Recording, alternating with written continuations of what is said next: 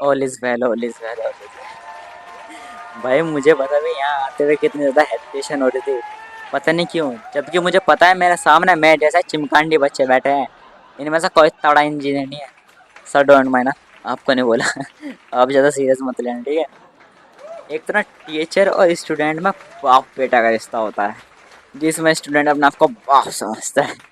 Sir don't mind, आपको नहीं बोला, आप मत सीरियस लेना। एक ना हमारा टीचर था चंद्रपाल, केमिस्ट्री का यंग टीचर आया था 12th क्लास में। भाई वो हमेशा चिढ़ा रहता था बच्चों से, पता नहीं क्यों। उसे ना केमिस्ट्री सब्जेक्ट पसंद था, बच्चे नहीं। और जो चीज़ तुम्हें ना पसंद हो वो सुबह सुबह तुम्हारे सामने 2000 आ जाए तो चिढ़ना बनता है फिर तो। उसे बच्चों की इतनी बात नहीं माननी होती थी। था वो टीचर, समझता अपने आप को प्रिंसिपल था, काम पीटीआई वाले करता था।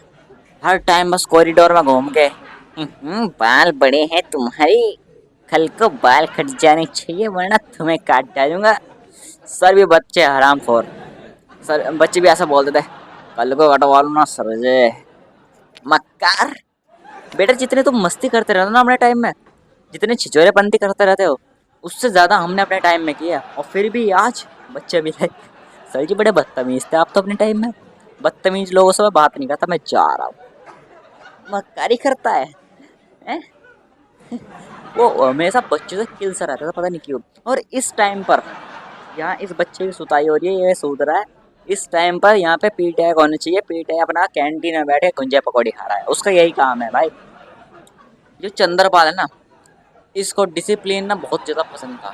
और आता हमेशा लेट था, पता नहीं क्यों हमेशा लेट आता था।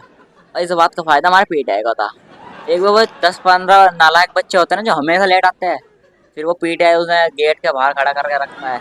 उनके पीठ के उनसे भी डबल का बैग लगा लटका हुआ होता है। तो एक दिन वैसे ही सिचुएशन थी, तो 10-15 बच्चे उन्हें नालायक खड़े थे, पीटीआई आराम से उन्हें लेके खड़ा था। सब बच्चे अपने क्लास में थे, पीछे से चंद्रपाल आ रहा है।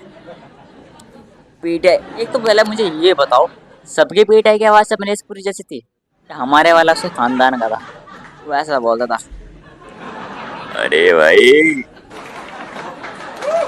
अरे भाई चंद्रपाल, इन बच्चों से पूछ ये लेट क्यों आए। बोल जो बदतमीजी करे कुत्ता बना के मारियो उसको। इतना कहने के बाद ये वापस गए टीम में। चंद्रपाल उनको भाई ऐसे, हाँ भाई लेट कैसे?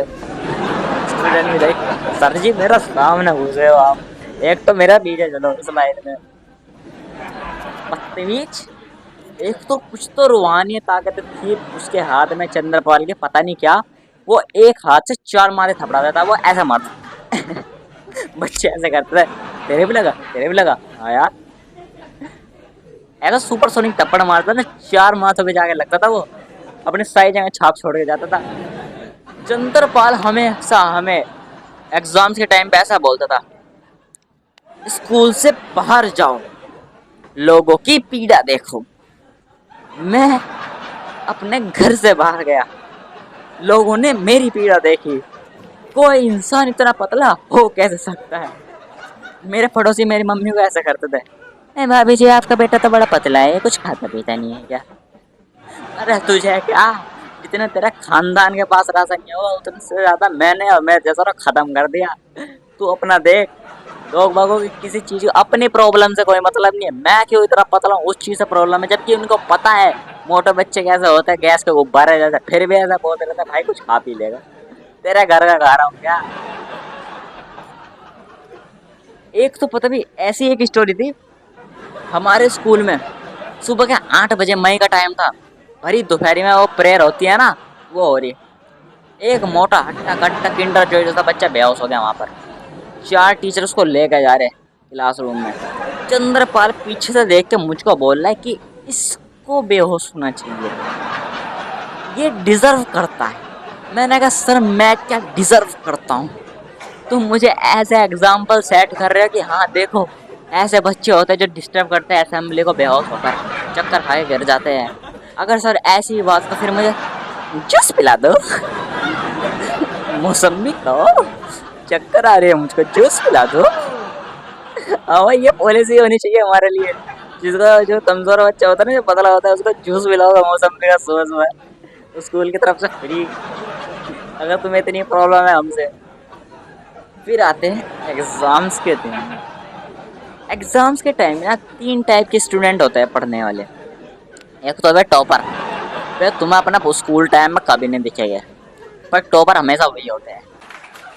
ऐसे ही हमारा टॉपर का पोस्टर लगा हुआ था। मेरा दोस्त बोला भाई ऐसे तो मैंने इंसान अपनी जिंदगी में नहीं देखा, ये टॉपर कैसा हो गया।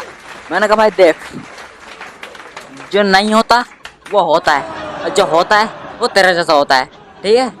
वो अपने घर में बैठ कर पढ़ता था, उसे बोलते हैं सेल्फ स्टडी, जो कि हमारे बस की बात नहीं है। ये अलग टाइप के बच्चे होते हैं। इनके बुक में मोर का पंख होता है, मोर के बुक में इनका पंख होता है। ये अपने बेस्ट फ्रेंड का नाम है, पूरा नाम लेके बुलाया गया ऐसे, रजत दलाल पाटीदार तुम इधर आओ। रजत भी लाइक भाई मुझसे काम है ना, ये बाप को भी लाना पड़ेगा। ये ऐसे टॉपर होता है। फिर सेकंड कैटेगरी में आते हैं जो यूट्यूब पे मैराथन देखता है। एक रात पहले मैराथन लगा के बैठ जाए कि तेरा भाई का शॉट है भाई, इसकी मैराथन देखो, जो आएगा ठीक, नहीं आएगा तो ठीक। और रिजल्ट वाले दिन उसको गाली देते हैं कि इसका बताया हुआ एक क्वेश्चन नहीं आया। उसको इतनी बुरी बुरी गाली देते ना कमेंट सेक्शन में जाके कि क्यों पढ़ा रहा है, और चैनल को बंद कर दे, तेरा क्वेश्चन एक नहीं लगा। उसका दोस्त ऐसा बोलता है फिर, भाई मेरा तो एक क्वेश्चन लगा था, वही मैंने चौथे के पहले में लिख दिया, वही मैंने पहले के चौथे में लिख दिया, तेरा भाई पास है। फिर उसके दूसरे वाले दोस्त की क्लास जाती है, यार ये कैसे पास हो गया। थर्ड टाइप में आते हैं वे जिन्हें पता है कि आप परसों के पेपर पर पढ़ेंगे नहीं। वो एक दूसरे को फोन करके पूछते भाई तूने कुछ याद किया। दूसरा बोला कर नहीं भाई मैंने कुछ याद नहीं करा, आज के लिए एक काम करते हैं, हम सो जाते हैं, ये एक काम करते हैं, हम रील्स देखते हैं, इस काम को कल करते हैं, आज मजा नहीं। अगले दिन फिर वो भाई कुछ याद हुआ नहीं भाई, एक काम करते हैं, आज फिर सो जाते हैं, कल को देखते हैं। अगले दिन भाई फिर वापस, भाई कल को एग्जाम है, अब क्या करें। भाई देख अब तो वैसे भी हमारा कुछ नहीं होने वाला, तो देख तुझे मुझ पे विश्वास है, मुझे भगवान पे विश्वास है। दोस्त उसका ऐसा बोला भाई ना, मुझे तुझ पे विश्वास है ना तेरा खानदान पे विश्वास है, पर फिर भी एक रात में हमको कुछ याद नहीं होगा तो हम हो जाएंगे। और इन दोस्तों को बोलते हैं KAMINE, यानी कि दोगले। ये खुद पढ़ के रखते हैं, दूसरों को बोलते भाई मैंने कुछ याद नहीं करा, आस्तीन में सांप। और फिर रिजल्ट वाले दिन वो ऐसा करेगा भाई मेरा तो बहुत बेकार रिजल्ट आया, मैंने तो कुछ याद नहीं करा था, होते इसके 70% है। उसने कहा भाई परसेंट बताइए अपने, 70। उसने 70 कैसे आ गए, इसलिए तो कुछ याद नहीं आता। वो अपने दूसरे दोस्त से पूछेगा कि भाई तेरे कितने थे, भाई 80। मुझे पता तो मुझे तो गद्दारी करेगा, इसलिए मैंने पहले से याद कर हुआ था। एनीवेज कुछ ऐसी थी मेरी स्कूल की स्टोरी, बस ऐसी ही। मैं ना स्कूल टाइम में कुछ शायरी भी करता था, तो एक शायरी अर्ज करता हूँ।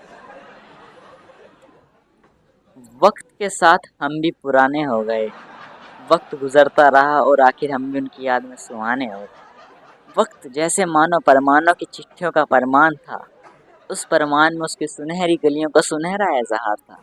जिन गलियों को कभी हमने हद से चाहा था, वो भी वक्त के साथ पुरानी हो गई, आखिर वो भी यादें यादगानी हो गई। किसी को कितने से जितने तक चाहने तक क्या कुछ होता है, आखिर ये कम वक्त वक्त भी किसी का होता है। एक और है, वो बोलना जानती थी, हम लिखना जानते थे, वो गाना जानती थी, हम सुनना जानते थे, वो हंसना जानती थी, हम हंसाना जानते थे, वो प्यार जानती थी, हम निभाना जानते थे। और तुम सब गलत मत समझना, क्योंकि मैं बात कर रहा हूँ अपने फ़ोन के बैटरी की, वो चार्ज होना जानते थे, हम डाउन करना जानते थे। सो बाय।